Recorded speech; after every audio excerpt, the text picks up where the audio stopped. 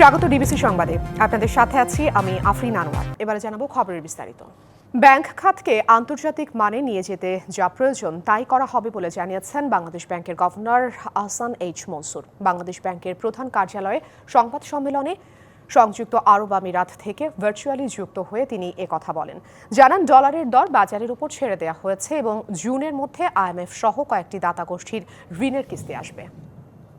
যে অবক্ষয়টা হয়েছে ব্যাংকিং খাতের, এটার মূলে ব্যাংকিং খাতের যে ম্যানেজমেন্ট ছিল, যে বোর্ডগুলো ছিল এবং সরকারের যে নিষ্ক্রিয়তা ছিল গুড গভর্নেন্স না আনার ব্যাপারে সেই নিষ্ক্রিয়তা কাজ করেছে।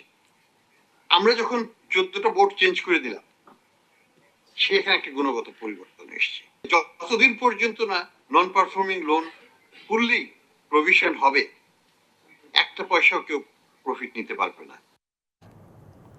চট্টগ্রাম বন্দর বাংলাদেশের অর্থনৈতিক হৃৎপিণ্ড। এই বন্দরকে বাদ দিয়ে দেশের অর্থনীতির নতুন পথ খোলা সম্ভব নয় বলে মন্তব্য করেছেন প্রধান উপদেষ্টা ডক্টর মোহাম্মদ ইউনূস। বুধবার সকালে চট্টগ্রাম বন্দরে NCT5 প্রাঙ্গণে এক মতবিনিময় সভায় তিনি কথা বলেন।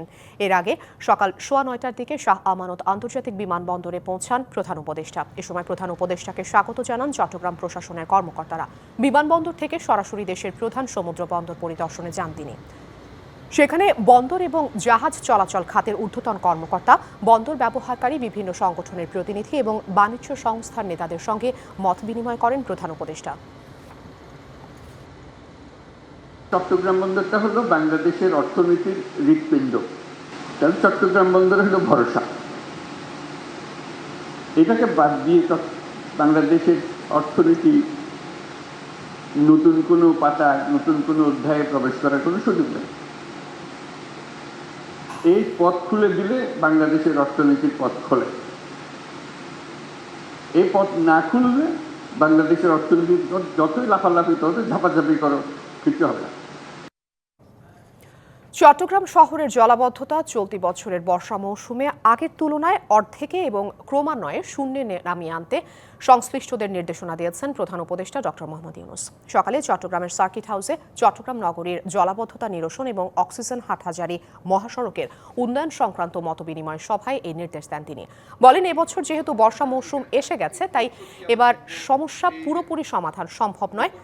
সভায় হাটহাজারী এবং কর্ণফুলী এলাকায় আলাদা 2টি হাসপাতাল নির্মাণের পরিকল্পনার কথা হচ্ছে বলে জানান স্বাস্থ্য উপদেষ্টা নূরজাহান বেগম। এছাড়া কালুরঘাট এলাকায় একটি ডেন্টাল কলেজ ও ডেন্টাল হাসপাতাল নির্মাণের পরিকল্পনা আছে বলেও উল্লেখ করা হয়েছে। এই পানির তলে পড়ে ছেলে মেয়ে মারা যাবে না, যেহেতু খালে এত বিশাল গর্ত হয়ে গেছে, এখানে এই পানির ভিতরে যখন জমবে সেই পানির তলে পড়ে মরে গেল। চট্টগ্রাম বিশ্ববিদ্যালয়ের 5ম সমাবর্তনে বক্তব্য রাখছেন প্রধান উপদেষ্টা ডক্টর মোহাম্মদ ইউনূস। সরাসরি যুক্ত হচ্ছে সেখানে। অনুষ্ঠান হতে পারল, এই জন্য বিশ্ববিদ্যালয় কর্তৃপক্ষকে অভিনন্দন জানাচ্ছি এবং তার সঙ্গে সকল ছাত্রছাত্রী, তারা দূর দূরান্ত থেকে এত বছর পরে আবার এই বিশেষ দিনটিতে উপস্থিত থাকার জন্য এসছে, তাদের জন্য জোরে একটা হাততালি দিয়ে আমরা তাদেরকে অভিনন্দন জানাচ্ছি। বিশ্ববিদ্যালয়ের সময়টা কত তাড়াতাড়ি চলে যায়, কেটে যায়, বোঝা যায় না। যখন শেষ হয়ে যায় তখন বড় মনে কষ্ট লাগে। আনন্দের দিন শেষ হলো, জীবনের একটা বড় অধ্যায় শেষ হলো, নতুন অধ্যায় শুরু। আমার ব্যক্তিগত আনন্দ আজকে অন্য বিষয়ে। তোমাদের সঙ্গে দেখা করা সেটা অবশ্যই ভীষণ আনন্দের ব্যাপার। এই ক্যাম্পাসে ফিরে আসা বহু বছর পরে, সেটা একটা ভীষণ আনন্দের ব্যাপার।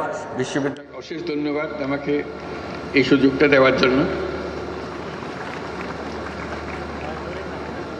এবং এই নতুন সনদপ্রাপ্ত যারা, তাদেরকে ডিপ্লোমা প্রাপ্ত যারা, তাদেরকে অভিনন্দন জানানো, এটাও একটা বিরাট সুযোগের ব্যাপার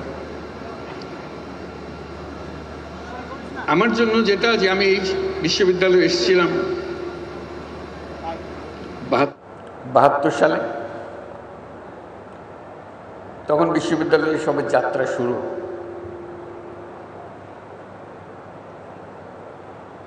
শিক্ষক হিসেবে দায়িত্ব নিয়েছিলাম,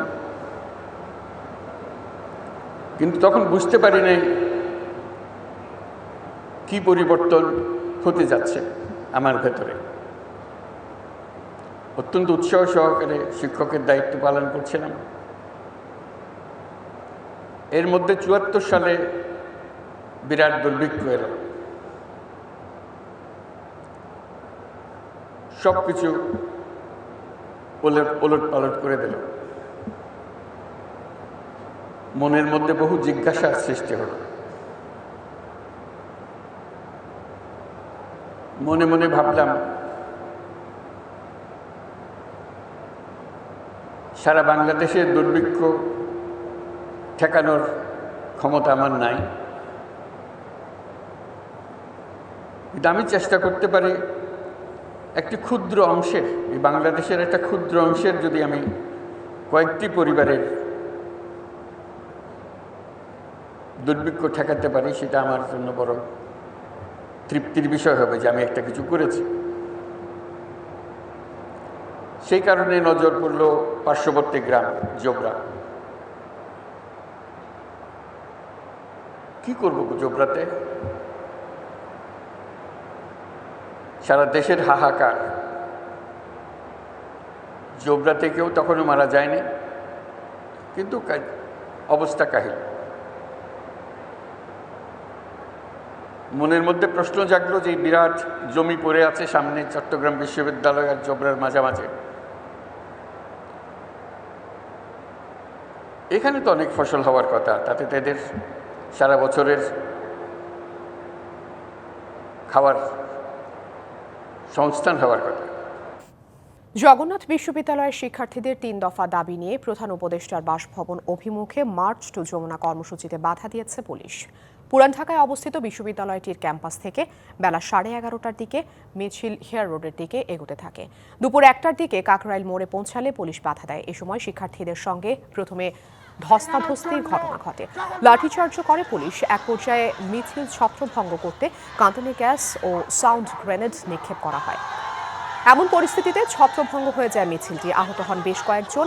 এক পর্যায়ে শিক্ষার্থীরা মৎস্য ভবনের সামনে অবস্থান নেন। এই ঘটনার পর থেকে ওই এলাকায় যানবাহন চলাচল বন্ধ রয়েছে। ইশরাক হোসেনকে ঢাকা দক্ষিণের মেয়র হিসেবে শপথ না করালে আগামীকাল সকাল 9টা থেকে নগর ভবনের সামনে অবস্থান কর্মসূচির ডাক দেওয়া হয়েছে। সেই সাথে ঢাকা অচল করে দেওয়ার হুমকি দিয়েছেন বিক্ষোভকারীরা। সকালে নগর ভবন ঘেরাও কর্মসূচি থেকে এই হুঁশিয়ারি দেওয়া হয়। গেজেট প্রকাশের পরও মেয়র হিসেবে ইশরাক হোসেনকে শপথ না পড়ানোয় সকালে ঢাকাবাসীর ব্যানারে নগর ভবনের সামনে জড়ো হয় বাসিন্দাদের একটি অংশ। বিক্ষোভকারীরা বলেন, আদালতের রায়ের পর গেল 27শে এপ্রিল ঢাকা দক্ষিণের মেয়র হিসেবে প্রজ্ঞাপন এলেও এখনো শপথ বাক্য পাঠ করানো হয়নি ইশরাক হোসেনকে। ঢাকা বিশ্ববিদ্যালয়ের শিক্ষার্থী এবং ছাত্রদল নেতা শাহরিয়ার আলম সাম্য হত্যার ঘটনায় 3 জনকে গ্রেপ্তার করেছে পুলিশ। বিচারের দাবিতে ক্যাম্পাসে বিক্ষোভ মিছিল করেছে ছাত্রদল।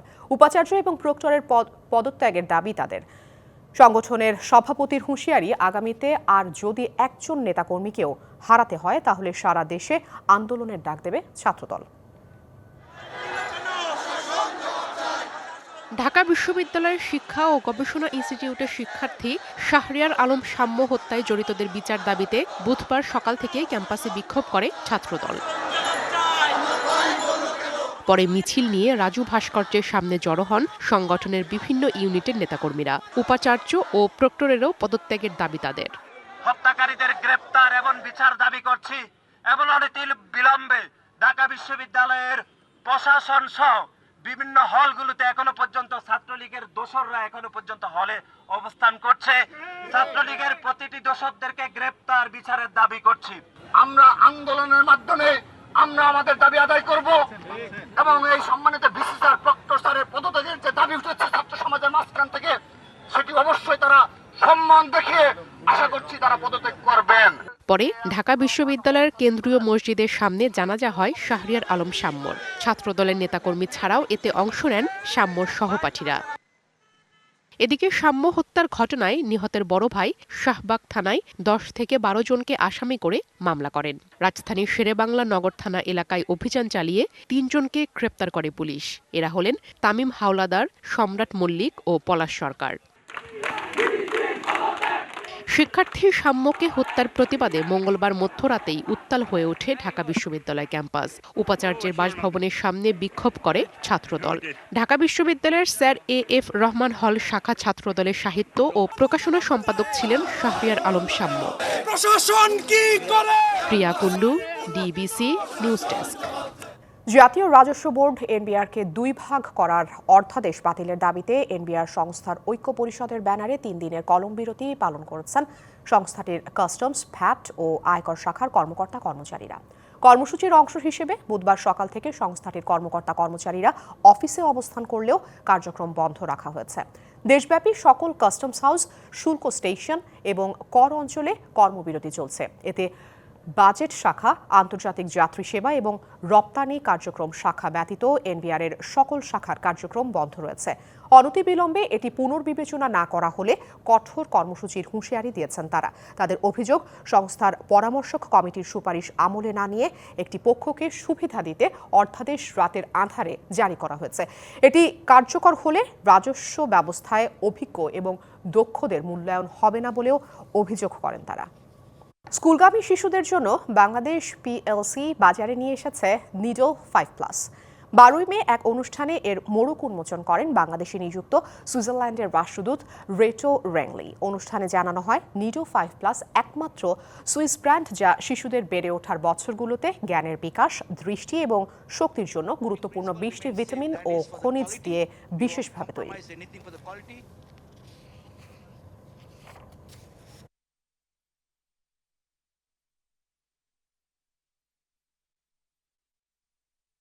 এই ছিল ডিবিসি সংবাদে এখনকার মতো। সঙ্গে থাকুন।